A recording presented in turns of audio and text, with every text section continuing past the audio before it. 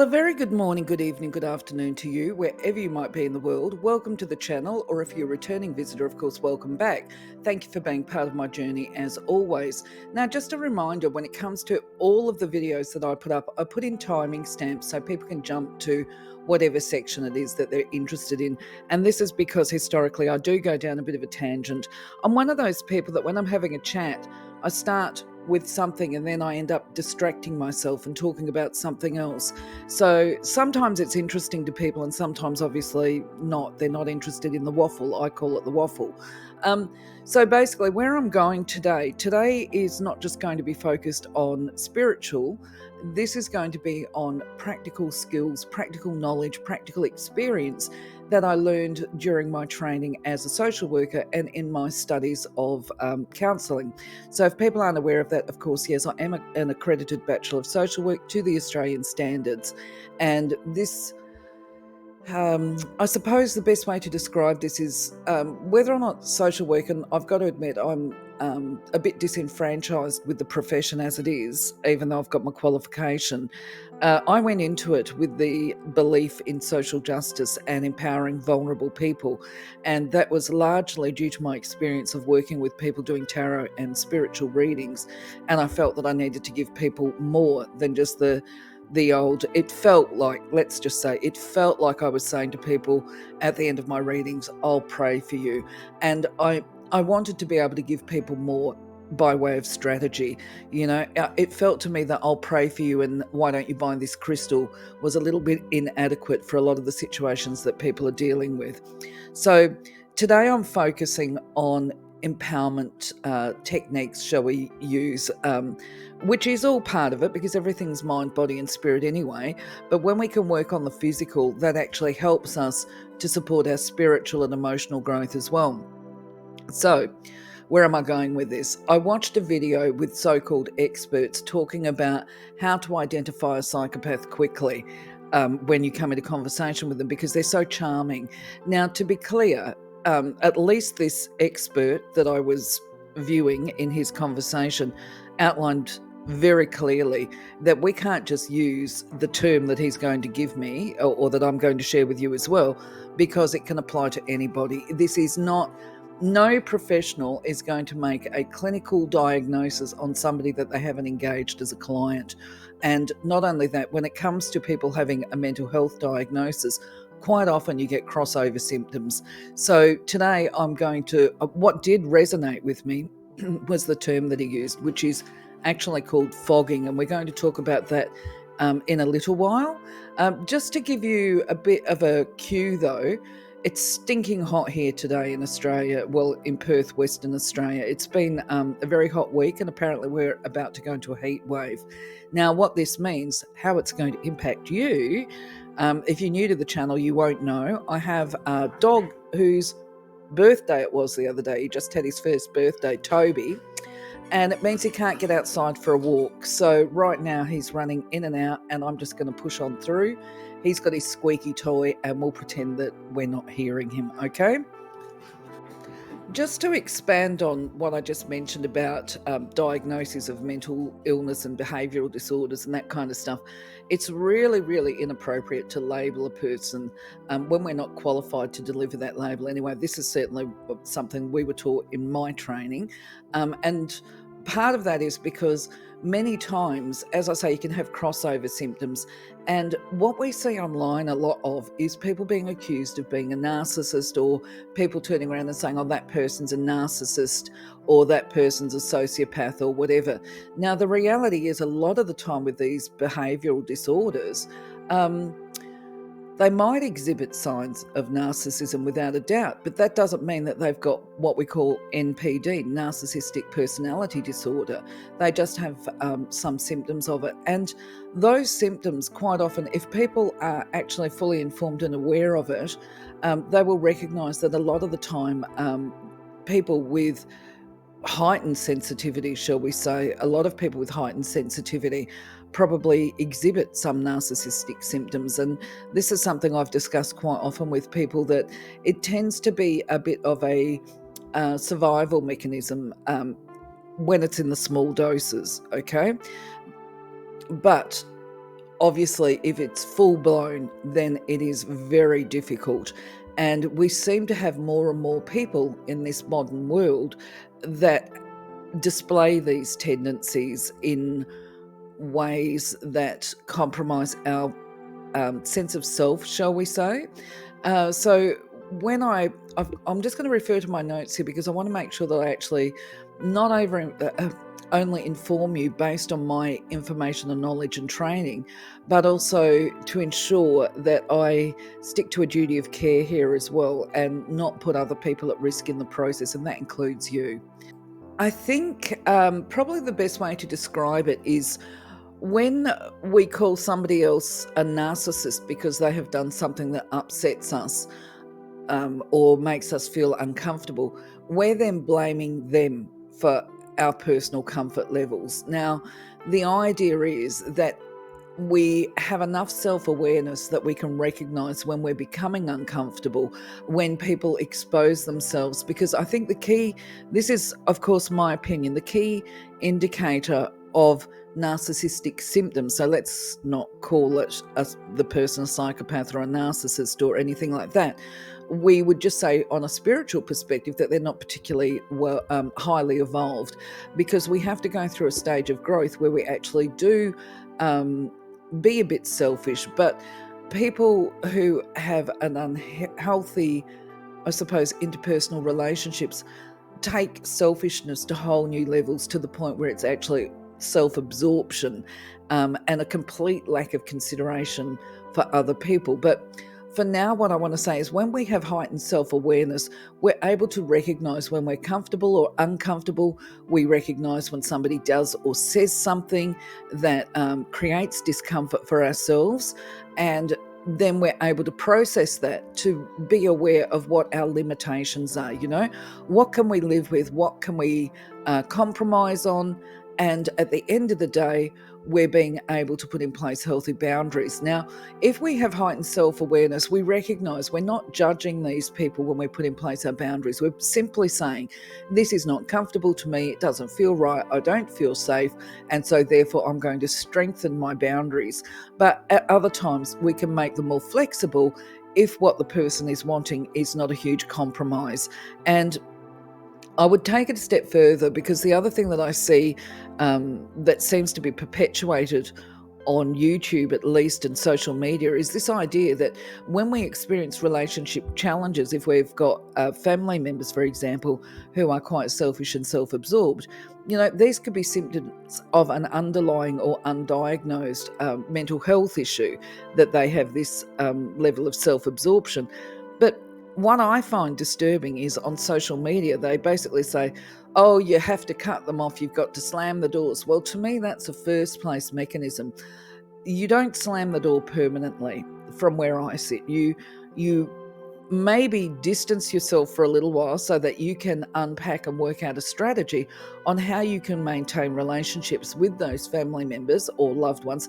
And I say family because obviously if it's a person that is a friend, I'm not sure they're much of a friend if they actually don't really care about you and your feelings, okay? So friendships seem to be reciprocal, So you would weigh up a friendship in a different way than you would to family relationships. But I don't believe you've got to cut off family members because one person is super selfish. What you do is you work out a strategy on how you can interact with that person in a way that you are not creating huge discomfort for yourself.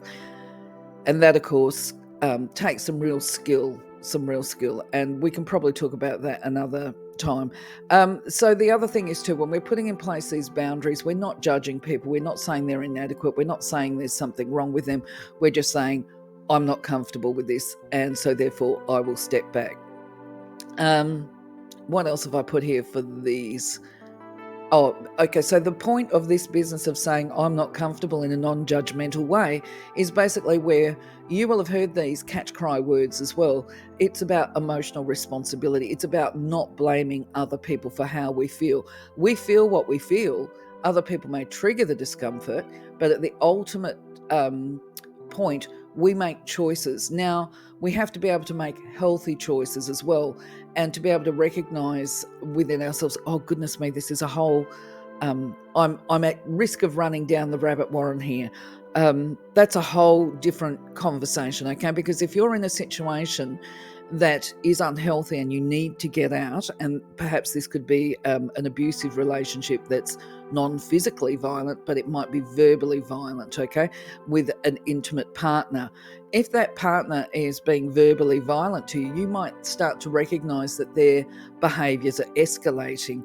And in those situations, you actually do need to physically get out, and you would address that in a totally different way based on my training.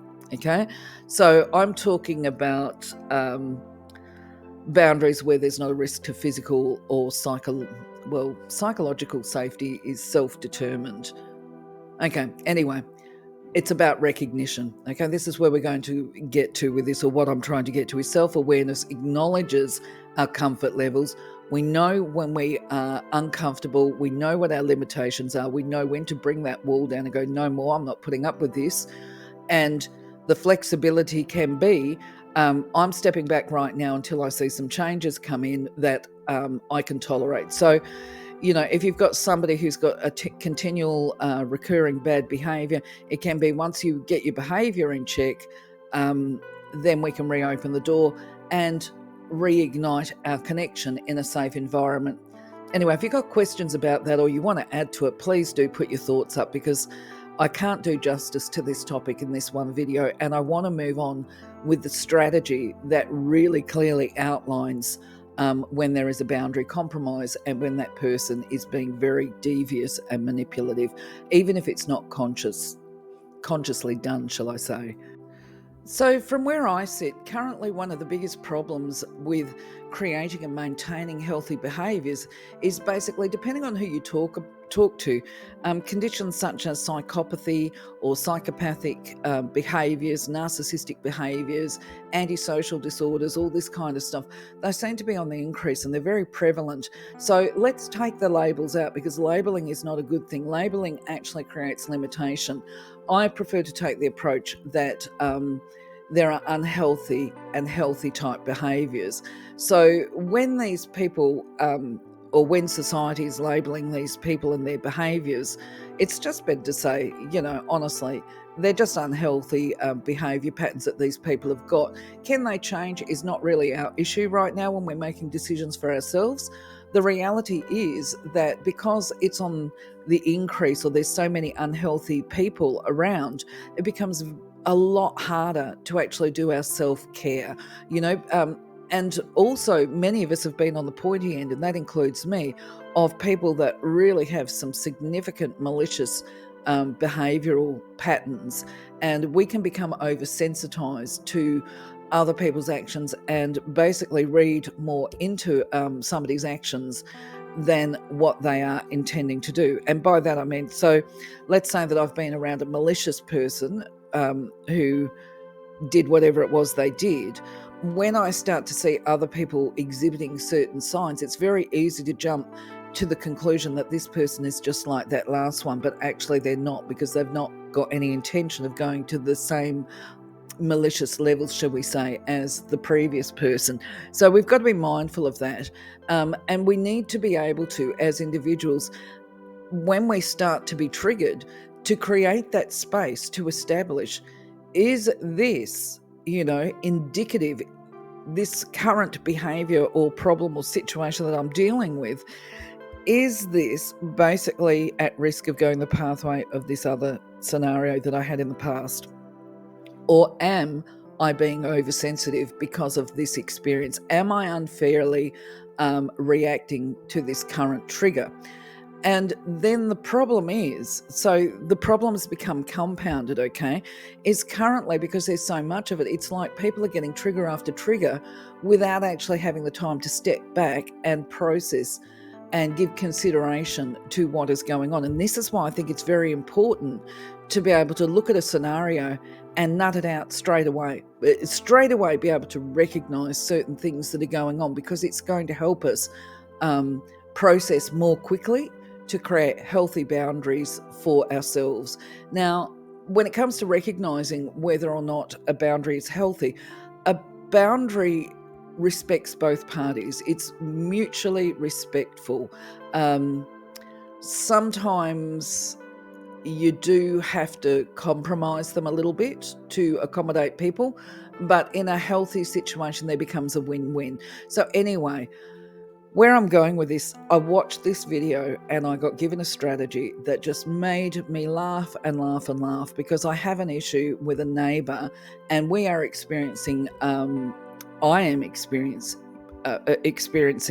a total disrespect to not just personal boundaries, but actually boundaries along the fence line, shall we say, parameters. And anyway, where I'm going with this is I actually had a good laugh. I shared it with people. I was like, oh my goodness me, when I saw this video and I heard the term, I thought, absolutely brilliant. It describes my situation perfectly that happened over the last couple of weeks. So anyway, I'm going to share it with you, but this means I'm going to have to disclose to a level, I'll protect identities, what actually happened and how I've managed to deal with it in a way that empowers me and hopefully does respect other people's boundaries.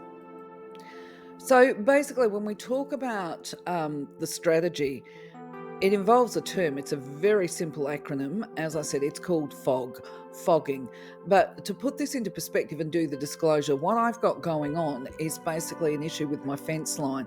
Now, I have made jokes a number of times that in regard to my neighbour, and because I've got training in the mental health and social work, I am able to recognise that one of the crucial things, shall we say, I'll be completely unsubtle. I'll just say it as I have said it to my friends, which is that I recognise that my neighbour must have some pretty significant boundary issues, certainly within relationships. And I've said, I'm so glad that I am not his wife, his children, or any of his family members, because to me, when a person cannot respect and acknowledge that a fence line is actually a boundary and they're prepared to walk over the top of that, then that indicates that they actually don't see boundaries in relationships either, because they don't see a line in the sand. And if they do see the line, they have no regard for it. And I've actually, in the course of conversations with this person, I've actually heard him say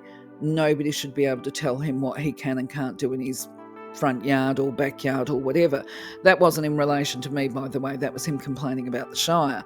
And I remember at the time thinking to him, you're not open to a conversation here for me to actually educate and inform you that actually those laws and bylaws are put in place to protect the privacy rights of all parties on each side of the fence. So it's kind of like, so I know it's different throughout the world, so I've got to give you a bit of background here. In Australia, we do have bylaws. We have what's called shires. I think in other countries they might be called counties or councils or whatever, but basically there is a local bylaw there that each suburb, shall we say, or in this instance it's a shire, where they determine what a person can do, the limitations. And one of the limitations I've learned here in this property is that you can't actually build, you've got to have a gap of 900 millimetres from the fence to any other structures. Okay, so that's just one of them. Now, the gentleman next door believes he should be able to do whatever he wants, and if he wants to build all the way to the fence, well, that's his business and basically up theirs. But there's a real, yeah, I'm jumping ahead of myself. You know, we also have noise pollution bylaws, and they vary from suburb to suburb as well. And the idea of this is that the bylaws are put in place to allow people to have qualitative, shall we say, peaceful enjoyment of the property in which they live. And so that means that they're not allowed to use power tools at certain times of the day. If we're into our garden, we can, you know, just so you know, they're not super limiting. Here where I live, they can basically use power tools from 7 a.m. in the morning to 7 p.m. at night. And as I expressed to somebody, it's like, well, really, can you imagine if you've got somebody like my neighbour that will do it 7 days a week? That's a long time to have power tools happening. But also when it comes to using your lawnmower, same sort of thing. And on Sundays, I think it is that you've got less. Oh, yes, you can only use your power tools or your lawnmower for no more than 2 hours at a time, but you can still actually use it. But these are all designed to protect people's capacity to enjoy their property. And here in Australia, for example, if you're going to have a barbecue, you will quite often entertain in your back garden. So if you're trying to entertain in your back garden, you organise a barbecue because you're celebrating somebody's birthday, and they turn up and you're sitting outside and they're using sledgehammers out the back or whatever, and power drills, it just impacts. You know what I mean? So they put these laws in place for a reason. So where I'm going with this is, obviously my neighbour's constantly doing developments. There's a constant use of power tools. There's a constant stepping over the fence line kind of thing. And I'm really leaving out a lot of stuff here because it would get too long. But the bottom line is he's built a structure against the shed as one of the things, which now means that I can't get side access to the house because I can't open and close the gate. Now, he wanted the property owner, because I don't own this property, I rent it, and he wanted her to give him access to the property so that he could make some adjustments on the fence line. Now, under local law, both parties have to agree to the changes, and she's not here, and he's told her that he's going to do X and Y. And of course, she's in good faith let him access, and reminded me, because just so that you know, my property rights include as a tenant that I need to get, excuse me while I cough, sorry about that I need to get about 7, I can't remember if it's 7 or 10 days notice for other people, including the agent, property agent, to come and access the property. But anyway, I'm not too worried about that. As long as I get a couple of days notice, I'm fine. And who's coming and why they're coming, that's all that's important. But anyway, where am I going with this? The dog's being a distraction. Toby's being a distraction. So despite the fact that Toby is rioting with his squeaky toy pig, I will try and step up the pace so that, because I am waffling, I know that. So in regard to the tenancy rights that I have, and in recognition and respect to my landlord, the property owner, I have no issue letting this guy into the backyard. So I'm actually going to give him a name here. We're going to call him Jim to protect privacy as well. So I let Jim in, okay? Anyway, what I found was that he was actually very dismissive towards me. He treated me basically as an inferior person because obviously I'm not the property owner and he's got her email, whatever. So let's just say I found him to be a little bit rude and dismissive. I did, while he was over, point out to him that I can no longer open and close the gate. He did work to the fence actually before he had come into the yard. And the reason he came into the yard was actually on about 3 minutes' notice, because what he did was he actually structurally damaged the grapevine. And when he told me that he'd made changes to the fence line from his side, I said to him, hang on a moment, did you check the grapevine? Is it secure? Because you may have totally compromised the structural security of it. Long story short. Anyway, he goes, oh, what are you talking about? I said, come in, I'll show you. You'll see what I mean. Anyway, so I let him in, and while he was over, I said to him, thank you for coming. And I was very polite. I said, look, thanks very much. I said, I'm glad you're here today. I said, because you can hear what it sounds like in my yard with all these power tools going on and all the banging and crashing. I said, it's a nightmare. I said, it's been going on for 12 months. And he just sort of looked at me like, oh, and then he did the like, oh, well, I've got to do it. We have to do it. We have to do all of this because, he steps into this blurb of, we've got to do this development because I'm so tired of the people out the back looking into the backyard, seeing my children in the bath, and I've got a problem with it. So if you can recognise there, he's saying, without saying, that I am obligated to not whinge and complain about all the noise while they build this structure, which is taking them forever. Because if I don't do it, then his children's safety are at risk, okay? Now, that would be pretty easy to just go, oh, you're right, you know what I mean? Like, you're right, this is child protection, However, it's not, okay? That's just an excuse. He's using his children as an excuse. He's being emotional and manipulative. He is trying to lead me to believe that I am obligated to support his developments, and if I don't, then I should feel guilty because his children's safety is compromised. Absolutely not the case. That development has been up there for 3 years. I can see through this emotional manipulation quite easily. If he had concerns about his children's safety and protection while they're in the bath, I would suggest that putting a blind on the bathroom window would be a far cheaper solution. Obviously, this development is not about protecting his children's privacy. So he's done the first two there in that conversation. He's made me feel obligated to support his actions, even though they might be uncomfortable for me, and he's guilted me. So we've got the first part. Where's the fear? It follows up with, the fear bit comes in with when I said to him, okay, well, look, just let me take some photos and send them to the landlord, to the property owner, so that they can see exactly what it is that you're doing and what you've planned to do. And then they can make a decision, because I was looking at that thinking, she's not going to like this. She's really going to be unhappy about this.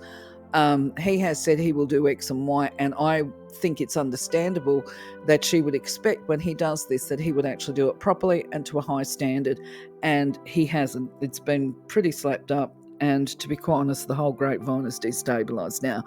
So I wanted to be able to find out if she needs me to get a structural engineer in or whatever. So this is where I'm going. Well, of course, he wants me to not do that because he knows that he's going to have to pay for it. So he's got dirty at me because I've put a boundary in. I've put that wall up and saying, no, that's okay. You don't need to come over and tell me if you think that it looks okay. I didn't say that because it's not worth it, just so that you know, that would just aggravate him. I've just looked at him because I know these sort of people you don't put up that wall with. You've got to be very subtle yourself, because everything they do is very charming, right? They say it with a smile on their face. They act really nice. They're amicable. Okay, but it's a show. And the moment you turn around and you put that wall up, that's when the venom comes out. So I listened to him say it and I said, well, look, don't worry about it. Nice as pie. I said, I'll pass it on to the property owner and I'll let them make that call. So then the intimidation came over. Well, I'll be taking photographs as well and I'll be sending her a letter. Anyway, okay, so that's the fog. I hope that you will be able to see this more clearly. If you want us to talk about fogging on different videos and I can outline different scenarios of a fog in applicable ways, we can certainly do that at some point in the future. Excuse my dog. I'm sorry about the dog barking. Somebody came through the door, but shifting along, and hopefully you've still got your eardrums. Anyway, where I'm going with this is, just because somebody chooses to treat you this way doesn't mean that we're out of options. And it doesn't mean that actually we have to be nasty either. So the bottom line is, in the course of this conversation with the gentleman, I realised that he was minimising me. He was actually talking down to me. He actually was acting superior to me. And basically it's a case of, you're the tenant and who cares what you think or feel, and you've got no rights. Well, obviously he's not familiar with tenancy law, I wouldn't think, or he just thinks that he can ramrod me or into whatever. But either way, I maintained that polite level, and I just said to him, pointed out the fact that I can't use the gate, pointed out a couple of other problematic things, and realised I was wasting my breath. So I did say to him in the course of it, and I said, well, look, just out of curiosity, I said, are the permissions in place? Have you gone to the Shire and got these approved? Because he's whinged to me about the Shire in the past. And he's done the, oh, ho, ho, ho, the belly laugh, if you could see me, and I'm not going to show you my video, my face. But anyway, he's doing the belly laugh, holding onto his stomach, the, of course I would. Do you think I would do anything but that? And I thought, yeah, I do actually, but I'm not going to say that. That might be a bit challenging. So I've gone, okay, so all the permissions are in place. And he goes, yes, absolutely. So I thought, well, that being the case, I'm going to have a word to the Shire, because I think it's actually wrong, morally wrong, if not legally wrong, that they would allow one party to add value to their property while devaluing the property next door, bearing in mind that I can't use the side of the house anymore. So where I'm going with this is, the manipulations of this guy really is quite, if it was an attractive trait, you might turn around and say it's commendable. I don't think he'd been fully transparent with the Shire, so they've come back and said, no, he's got permissions for this. I said, really? I said, you haven't been out to the property, have you? Anyway, long story short, they came out, they inspected. The first thing they did after picking up their jaw off the ground was go, that structure by the side of the fence is not approved. It does not meet standards and it needs to be removed, so you don't need to worry about that one anymore. And they are now conducting an inspection on all of his developments. Now, suffice to say, he's furious with me. And he has followed through on his intimidation. He has contacted my landlord or the property owner directly to state that I have made a complaint to the Shire, and obviously he's very unhappy about it because he considers it to be unneighbourly. Really? So, just making the point here, the allegations of me being unneighbourly by him, or his perceptions of me being unneighbourly, it doesn't actually indicate that he's malicious either. But what it does indicate and suggest very clearly is that he is unable to recognise that basically building a structure and blocking somebody from entry to an aspect of their garden is actually incredibly unneighbourly. He doesn't realise that, or if he does realise it, he chooses to ignore it. So anyway, where I'm going with this, in recognition of the fact that based on my observations of his lack of capacity to recognise a boundary in the way of a fence line, if not otherwise, that in fact, actually, I would say I have observed in the past when I've tried to put boundaries in place and checks on his intrusions, shall we say, that it actually gets a bit gnarly, a bit nasty. So I recognise that actually by taking this through to the Shire, he could potentially become a bit malicious to me. So I may have to, when we talk about boundaries, bump mine up a bit. Mine might need to be a little bit tighter for the ongoing future. Now, I have realised, so I'm looking at options here. A lot of the time, the things that he's done since the Shire came out is just do it. If it was to go on for any great length of time, it could be, as I stumble over my words, it could be constituted as being harassment. It's things like, walking that fine line. So I'll give you an example here. The power tools are not supposed to be used after 7 p.m. at night. So what I've observed this week is that they start at 5 to 7 p.m., so 6:55 p.m., and he runs them for about 20 minutes and then he turns them off. Now, he could be, in fairness, I've got to have an open mind here, he could just be thoughtless with this. This might be absolutely not contrived at all. But on the other hand, it could actually be contrived. And whether it's contrived or not, it is actually a breach of the bylaws. But would I complain about a singular incidence of noise in this instance? Not at all, because the reality is by the time the Shire gets out there, he'll have the tools off. What I might need to do, and I certainly am considering doing, but less about the power tools, maybe a bit, is I'm actually thinking about putting cameras on the house so they can pick up the front verge and down the fence line, and that if I put audio cameras in as well, so I have the visual boundary being monitored, and then if I have the noise, then I can hear, or if it records that, then it will pick up the intermittent noise breaches. And then I do a diary of events, and then I can take the video and the diary through to the Shire. That's if he was harassing me. If it goes down that pathway, that would be a means to actually resolve some of it. The other thing, as far as reflecting on what I can do for now, I had actually considered referring him through to the property managers, which is not the property owner, it's separate, it's a real estate agents. But I've decided no, not at all. That could just lead to massive grief, because he is the sort of person, and this is why I do wonder if he's got a personality disorder. He's the sort of person that if you resist and give him a no, he's going to keep pushing, and it starts to feel like harassment, because they must have some kind of thing in their head that says, if I continue to nag them long enough, they will actually give me what I want. Well, that's not going to happen, okay? And I'm not prepared to actually have it happen to my landlords, because they'll get sick of it and they can't actually take it out on him. They'll probably take it out on me. But anyway, enough of that. I am open to your thoughts and suggestions. I'm going to move on now and give you a channel update. So as far as an update on the content, obviously at the moment I'm still focused completely on doing the crystals, and my intention, actually, when I say focus completely on the crystals, yes, of course, I am looking at doing the tarot readings, but I do plan to actually go and visit the crystal supplier next week and actually make some purchases because I've got some ideas for setting up my room here for when I deliver services. And as I said, I'm upgrading a lot of the crystals that I've got. And the more videos that I do, the more I'm like, yeah, it's time for me to upgrade and get a piece of that one as well. So, yeah, I'm still waiting for the Seraphinite to arrive. That's in transit. In fact, currently, it shouldn't be too far away at the moment.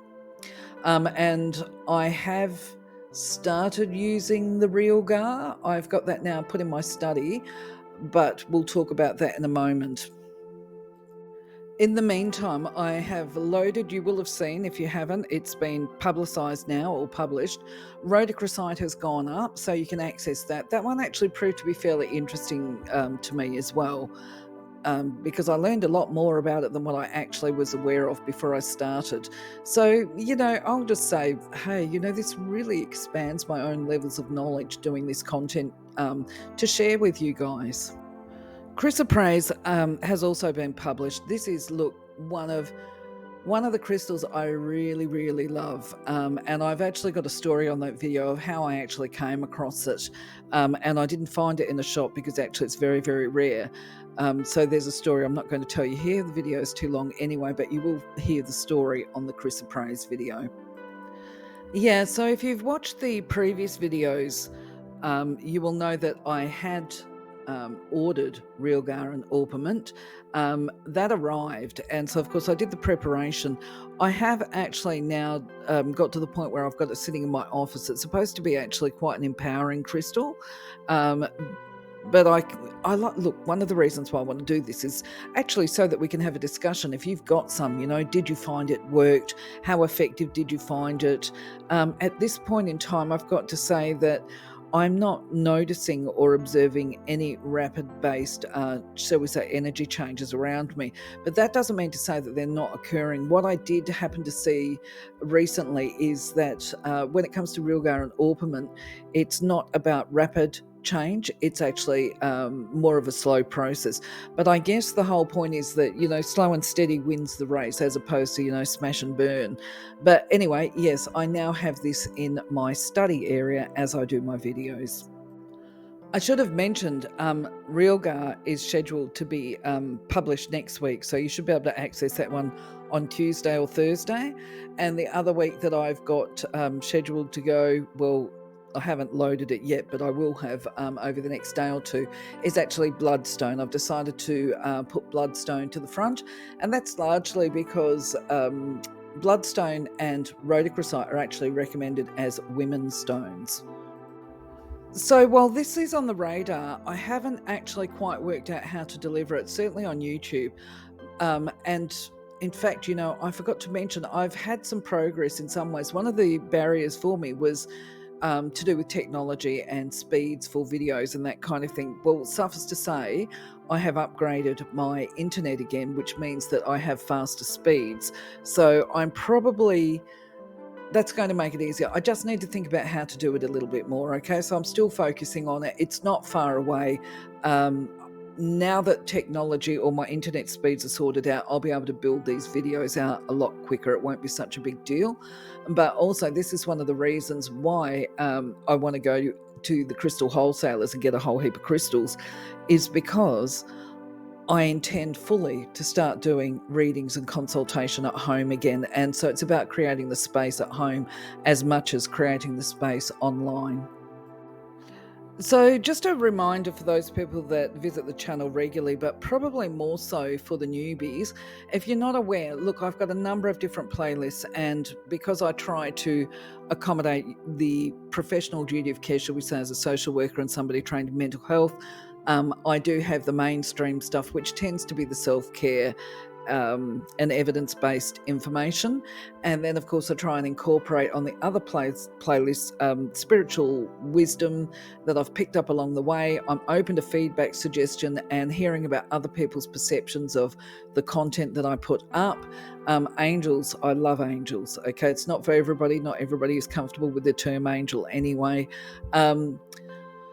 Also chakras, understanding the chakras, also some strategy and technique for, say, meditation and the use of spiritual energy. Then we've got color healing, numerology, because I love numerology, and of course my latest one, which is the crystal magic. So yeah, feel free to explore, knock yourself out, have some fun. For now, though, my friends, I'm going to say thank you very much once again for being part of my journey. I'm going to love you, leave you short, but have a wonderful, blessed day. Feel free to let me know your thoughts, your comments, if you've had similar experiences to me with what I've got with the bloke. I hope you've managed to find something of interest for you today. Let me know what you did. I invite you to leave your comments, your thoughts, your suggestions, or not just with like that to open a discussion, how we handle especially when it relates to earthly and physical approaches to spirit energy, and even communication. Actually, as I've discussed here, I'm going to say bye-bye for now, okay? And we're all growing. Don't forget the other videos coming up. And if you do write a comment on those videos, I'll just distract myself, so I did it again. For now. If you do make a comment on the other videos that I've got up, I will check. Sometimes it doesn't show me until late. And if I need to expand on a response, then I'll do it on the Sunday yarning usually, okay? But in the meantime, love you, leave you, take care. Have a blessed week. Bye-bye for today.